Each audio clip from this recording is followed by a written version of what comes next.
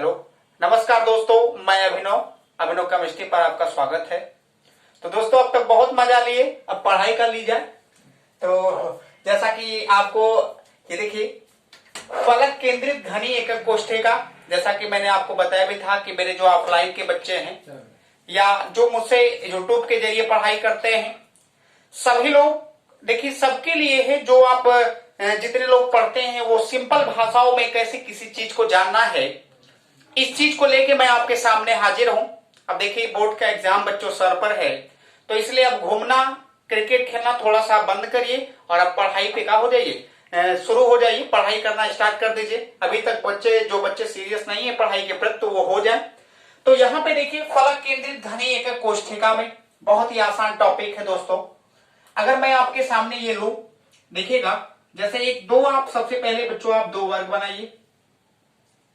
दो वर्ग से आपको एक घन तैयार होगा। ये देखिए, जैसे ये हुआ, ये आपका हुआ, इसको मिलाइए, इसको मिला दीजिए, दो यहां आपको घन तैयार हो गए। दो एक घन आपको, ये देखिए एक घन तैयार हुआ। अब इनमें से आपको हम बता दें बच्चों, जो ये किनारों पर जो परमाणु हैं, ये किनारों पर परमाणु हैं, ये एफसीसी में तो कॉमन है, लेकिन एफसीसी में भी आपको मिलेंगे। अगर ये इसके अलावा, क्योंकि ये नाम दिया फलक केंद्रित, मतलब ये एफसीसी है बच्चों, एफसीसी में है, तो एफसीसी में मेरे कहने का मतलब है, तो किनारों पर जो परमाणु है वो तो रहेंगे, ये कॉमन है, लेकिन उसके साथ साथ फलक पर ही रहेंगे एक एक परमाणु। ये देखिए, फलक पर हो गए चारों फलक, और एक ऊपर वाला फलक होगा और एक कहां हो गया, नीचे वाला। इनमें से अगर हम दोस्तों एक वर्ग निकाल लें, ध्यान देना, एक वर्ग अगर इसमें से निकाल लें, और ये और ये मान लीजिए एक फलक को निकाल लिया गया, कोई एक फलक निकाला गया, तो एक फलक जैसे ये वाला मान लीजिए है, यहां से यहां ये मिलाएंगे, ये एक फलक इसमें से निकाला गया। तो जब एक फलक निकालोगे, इसको मान लीजिए अगर यहां से ये निकाल लिया गया बच्चों, तो इसके बीच में ये देख रहे हो ना, ये रेखा एक बिकड़ की तरह जा रही है, तो वहां पे ये बीच में एक बिंदु है। देखिए, ये जो आपको रेखा आएगी, यह इसी बिंदु से होकर कहां होगी, गुजरेगी। तो अगर इस बिंदु से होकर गुजर रही है, तो ये सबको मालूम होगा, कोई वर्ग की जो प्रत्येक भुजा होती है वो आपस में क्या होती है, बराबर, सभी भुजाएं आपस में बराबर है। ये हो गई। तो ये अगर एंगल 90 डिग्री का मान लें, तो ये दोस्तों का हो जाएगा, आपका कर्ण हो जाएगा। चलिए ठीक है, कर्ण। तो टोटल अब ये देखना है कि एफसीसी में टोटल कितने परमाणु, तो यहां पे देखिए आपको टोटल 4 परमाणु होंगे, तो मान लीजिए 4 गोले भी मैं बना दे रहा हूं। यहां पे काटने के बाद देखिए, ये दोस्तों इससे आप मिलाइए, इसको आप इससे मिला लीजिए, और इसको आप इससे मिला लीजिए, और जितने गोले बनेंगे, ये गोले एक दूसरे को स्पर्श करने चाहिए। जितने गोले बनेंगे वो सब एक दूसरे को स्पर्श करेंगे दोस्तों।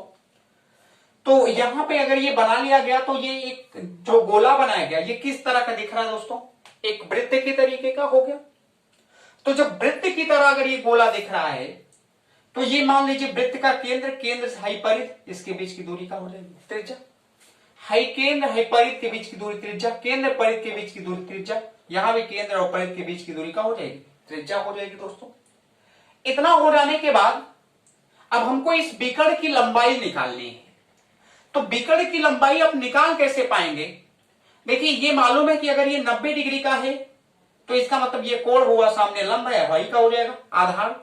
तो यहां दोस्तों आपको कर्ण बराबर आप निकालेंगे पाइथागोरस प्रमेय से, तो लंब का स्क्वायर, लंब कौन है दोस्तों, इसके सामने का हो जाइए, ये हो जाएगा लंब का, ये आधार हो जाएगी प्लस आधार का स्क्वायर, बराबर अगर बाहर निकालेंगे तो a√, यानी कर्ण कितना निकल के आ गया, a√2 आ गया।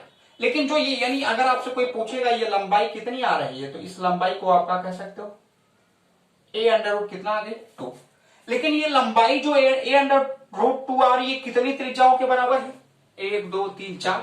इसका मतलब है दोस्तों कि अगर हम लिखना चाहें तो लिख सकते हैं कि a√2 बराबर कितना, 4r, या a बराबर आप लिख सकते हो 4r/√2, या ये भी लिख सकते हो कि r बराबर हो जाएगा, देखिए a√2 बाई कितना हो जाएगा 4। अब जो मन कहेगा वो रखेंगे आपके हिसाब से। ये निकाल लिया गया लंबाई, ये त्रिज्या निकल गई। अब हमको निकालना का है संकुलन क्षमता। किसकी निकालनी है बच्चों? एफसीसी की।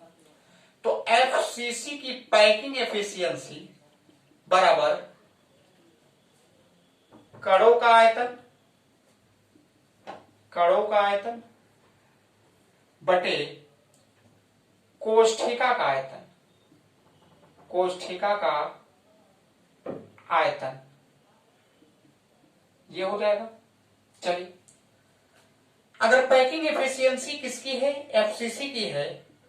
तो ये देखिए, पैकिंग एफिशिएंसी का मतलब होता है बच्चों संकुलन क्षमता। तो एफसीसी की संकुलन क्षमता कण, अच्छा ये एफसीसी में टोटल कण कितने होंगे? अगर कोई पूछ ले इसमें प्रभावी परमाणुओं की संख्या कितनी है, तो 4 होगी, क्योंकि किनारों पर 8 है, फलक पर 6 है। तो किनारों पर जो 8 है उनका 1/8 भाग कोष्ठिका के अंदर है, जो फलक पर 6 उनका आधा भाग है, तो 6 का आधा 3 हो जाएगा और 8 का 1/8 बराबर 1, यानी टोटल 4।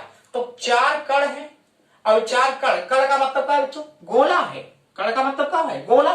तो गोला का जो आयतन होगा वो 4/3 पाइया का हो जाएगा, क्यूब, बटे कोष्ठिका की, कोष्ठिका का आयतन, कोष्ठिका का आयतन मतलब भुजा का क्यूब। भुजा कौन है? ए का क्यूब, ए का क्यूब बराबर, मान रखे दोस्तों, तो यहां देखिए 4 × 4/3, इसका पाई का मान 22/7, आर क्यूब को इसे रहने दीजिए अभी, और बटे ए क्यूब, ए क्यूब के जगह पे अगर ये मान रख दे तो ए 4 बार ए आए, ये देखिए 4 × 4 × कितना आ जाएगा? 4 × आर क्यूब, और बटे √2 है तो ये 2 √ कितना हो जाएगा? 2। ये 4 से कैंसिल, ये हो जाएगा। देखिए 4 से कैंसिल होने के बाद बच्चों यहां अगर इसको हम काट दें तो 2 से, क्योंकि ये अगर मान लीजिए इसका इसमें मल्टीप्लाई, तो 2 यहां 11 हो जाएगा, 2 11 हो जाएगा। देखिए 11 दूनी कितना हो जाएगा? 22, और यहां 11 दूनी 22 हो जाएगा।